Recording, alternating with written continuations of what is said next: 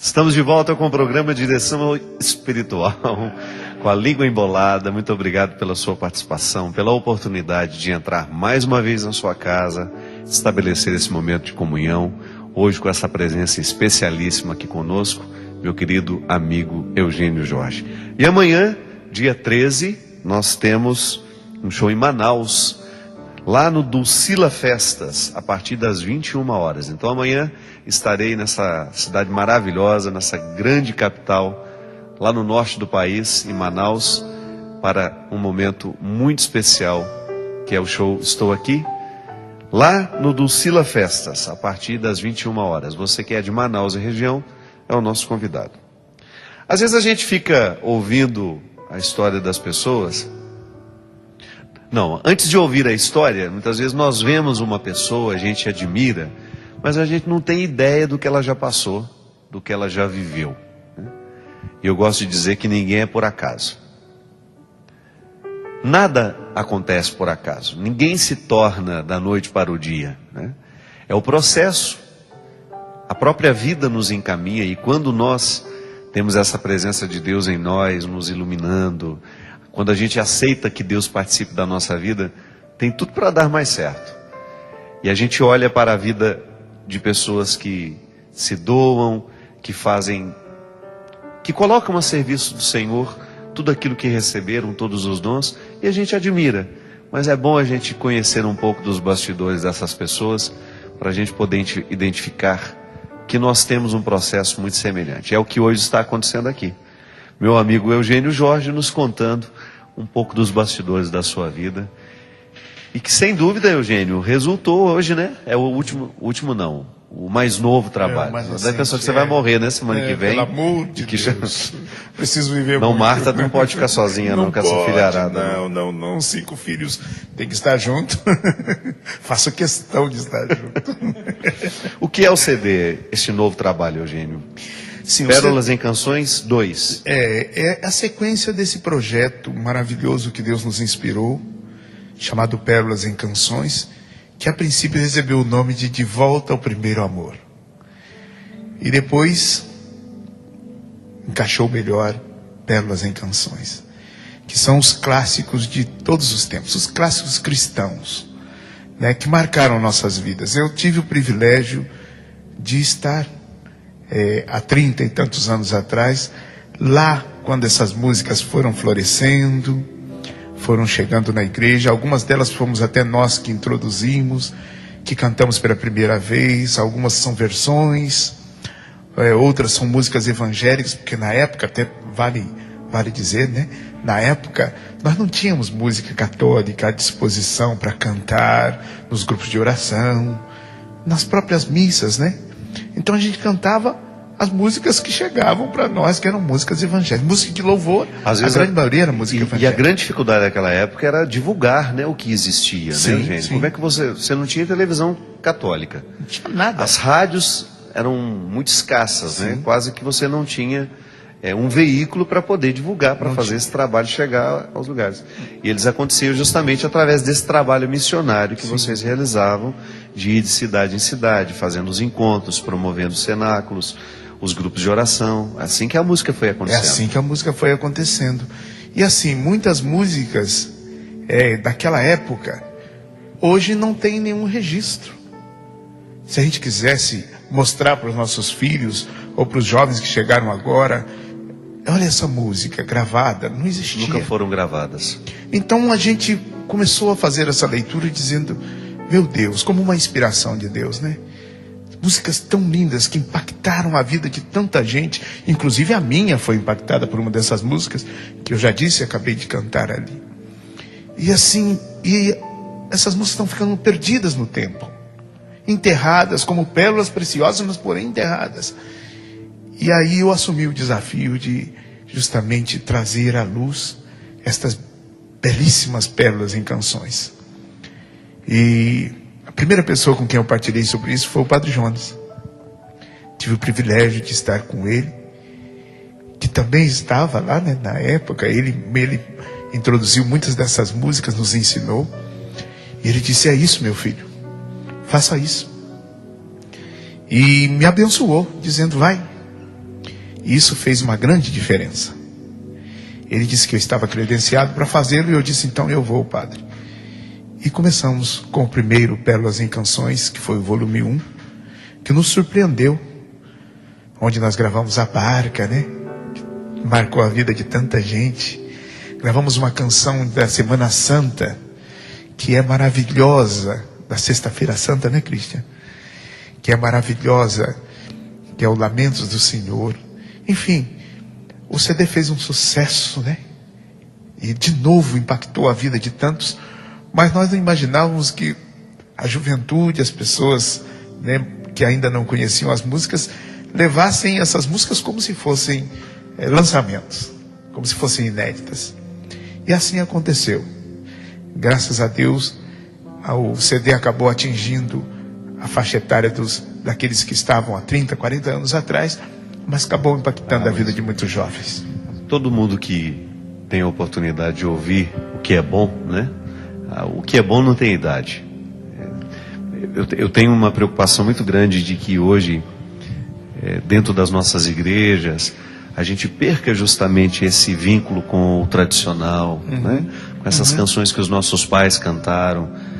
Tem tanta coisa antiga que está caindo no esquecimento, justamente porque falta alguém que faça esse garimpo que você faz. Né? É interessante porque a igreja, ela tem essa riqueza, ela, claro, tem os grandes clássicos que foram registrados. A gente sabe que a música clássica nasceu em torno da igreja, eram as grandes missas, compostas do início ao fim, para que pudessem a liturgia ser celebrada com trilha sonora, né? O que é a música? É a trilha sonora da liturgia. Mas a gente sabe que os movimentos pastorais foram introduzindo dentro da igreja muita coisa que não era litúrgica. Eu me lembro, gente, que nós cantávamos coisas absurdas nas missas. Cantávamos. Eu cantava Chitãozinho Chororó. Alegre, né? Quantas vezes eu cantei Chitãozinho Chororó na missa? Terra tombada, solos. Uma música linda, mas pelo amor de Deus, cantar. Não sabe que nós cantávamos isso? Comunhão. O que tem a terra tombada, né? A ver com aquele momento. Então, era um estudo, porque nós estávamos dentro de um movimento que desconsiderava muito o que era realmente litúrgico. Claro, uma pastoral da juventude que às vezes nos faltava orientação, a gente não tinha alguém que nos ensinasse. Olha, a liturgia, ela precisa ter a música certa. Eugênio, eu sinto que hoje essa preocupação precisa nos incomodar. Precisa, né? E tem nos incomodado, essa é a verdade. Tem nos incomodado, temos aprendido muito, temos amadurecido, eu tenho visto, comprovado isso por onde a gente passa. A gente fica muito feliz com o amadurecimento da música católica. O Senhor é testemunha, né, por onde passa também, da grandeza, da dimensão em que a música católica tomou e do quanto nós podemos contribuir com esta mesma música, até música litúrgica, né? Muitas das nossas músicas são músicas para se ouvir, mas temos, graças a Deus, muitas músicas que podem perfeitamente ser encaixadas na liturgia, que favorecem a liturgia, que favorecem a celebração, isso mesmo. Que favorecem o anúncio da palavra, que favorece a consagração, né? Por exemplo, eu canto muito a sua música, é teu este momento de adoração. Que música! Que pode encaixar em qualquer celebração eucarística, porque afinal é adoração pura. Então nós estamos aprendendo, é uma multidão de jovens espalhados por esse Brasil hoje que cantam músicas maravilhosas e que podem sim perfeitamente serem usadas nas nossas celebrações. Mas precisamos distinguir os momentos, né? Há o momento da celebração da missa e há o momento do show, né? Da adoração, da apresentação, do grupo de oração. Né? E tudo isso precisa ter uma música que fale a mesma linguagem do que está sendo celebrado, sim, né? Adequada para cada momento. Às vezes a pessoa pode perguntar, o que é a música litúrgica? A música litúrgica é aquela que fala a mesma linguagem do momento específico sendo celebrado. Então, o canto de entrada, ele tem características próprias. É o convite à assembleia, a vir celebrar o mistério do Cristo, a vir participar da missa. Isso. Né? O ato penitencial é aquela música que nos coloca em contrição, que vai nos ajudar a pensar nos nossos pecados. E por aí vai. Quando a gente não tem mais essa preocupação de colocar a música certa no momento certo, a gente acaba privando o povo de conhecer essa verdade, né, Eugênio? Eu acho que hoje o nosso papel como ministros de música dentro da igreja, ele passa muito pela orientação também. Não é só você gravar um CD para que, claro, as pessoas vão ouvir, vão fazer uma experiência de Deus, vão rezar com a sua música, mas seria muito interessante que todos os compositores também, de vez em quando, se exercitassem no papel de ser um compositor de liturgia também. A beleza da nossa música, sobretudo na missa, eu pelo menos acredito, está em que nós fazemos o povo cantar. Na missa não importa se eu canto.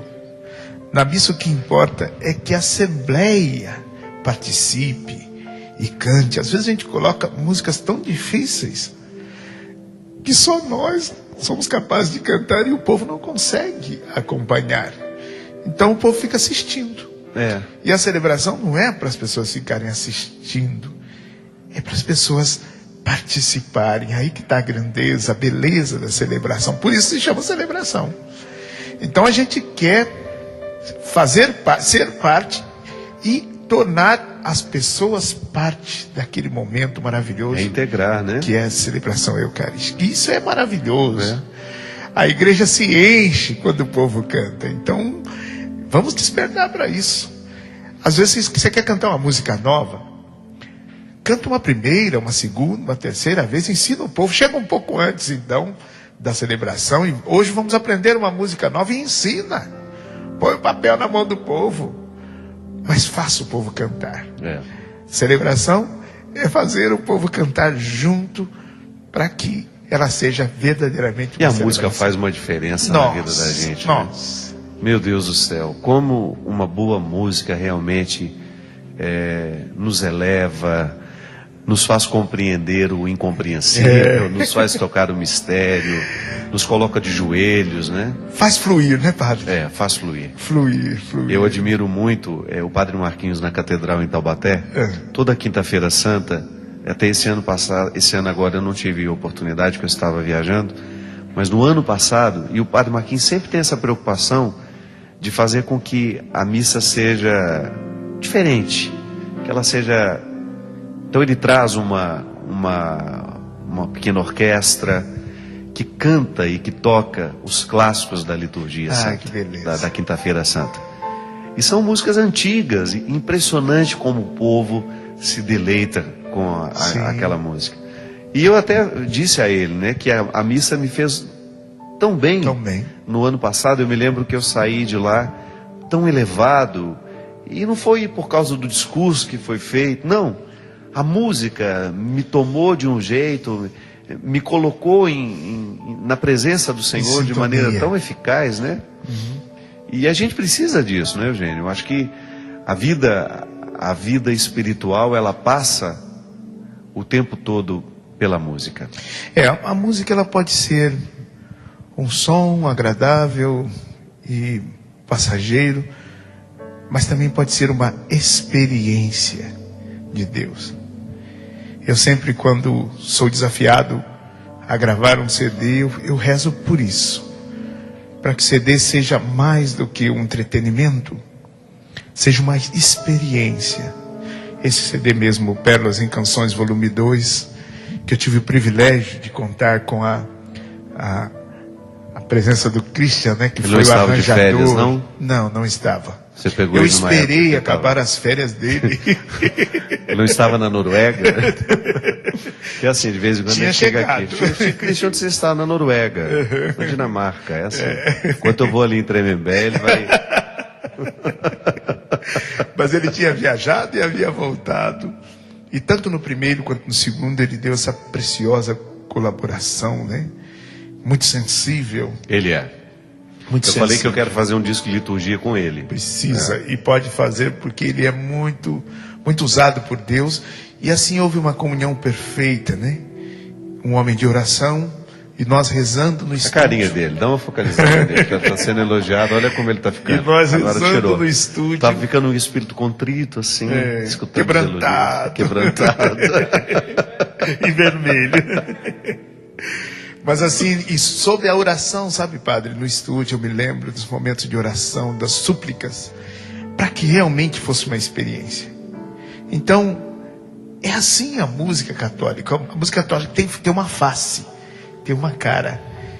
É mais do que religião, é uma experiência de Deus. E isso é maravilhoso, porque a gente recebe tantas notícias, né, de irmãos, inclusive, que não são católicos, dizendo: tá lindo, que bom, eu rezo com a sua música.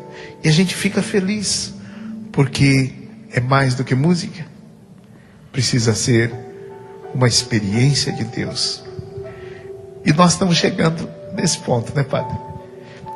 Eu me lembro, participando do seu DVD, né, da gravação do DVD, que experiência, não?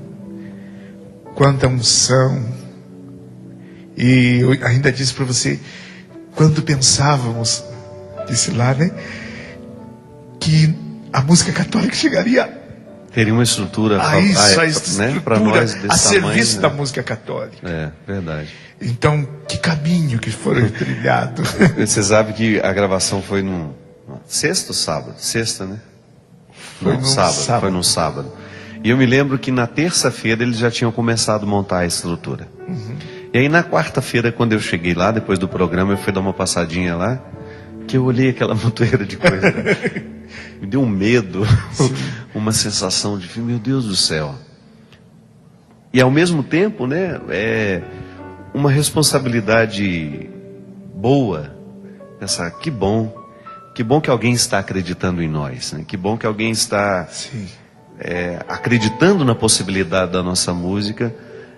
E é claro, eu não me iludo, muitas vezes uma gravadora ela tem interesses comerciais, ela sabe que a música religiosa hoje tem um grande espaço no mundo, que o nosso público é muito fiel, que o nosso público geralmente não vai atrás do produto pirata, e ela tem um interesse.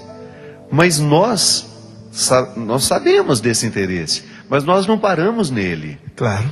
Aí nós nos utilizamos de todo o processo de qualidade que ele nos oferece, de toda a estrutura de divulgação desse trabalho, para que Deus possa fazer e acontecer através de nós e através dessas pessoas. Sim. Né? Foi um grande trabalho que eu acredito que a Canção Nova conseguiu realizar em parceria com a Sony, passou justamente por essa comunhão. Em aos poucos a equipe da Sony identificar que a Canção Nova tinha uma mística diferente. E foi muito bonito ali naquele dia. As pessoas, as mais simples, que estavam envolvidas com simples, todas elas estavam tocadas por aquilo que a Canção Nova proporcionou. Que não era material, não era só uma estrutura física, mas era um jeito de ser, um jeito de viver, um jeito de olhar para o ser humano.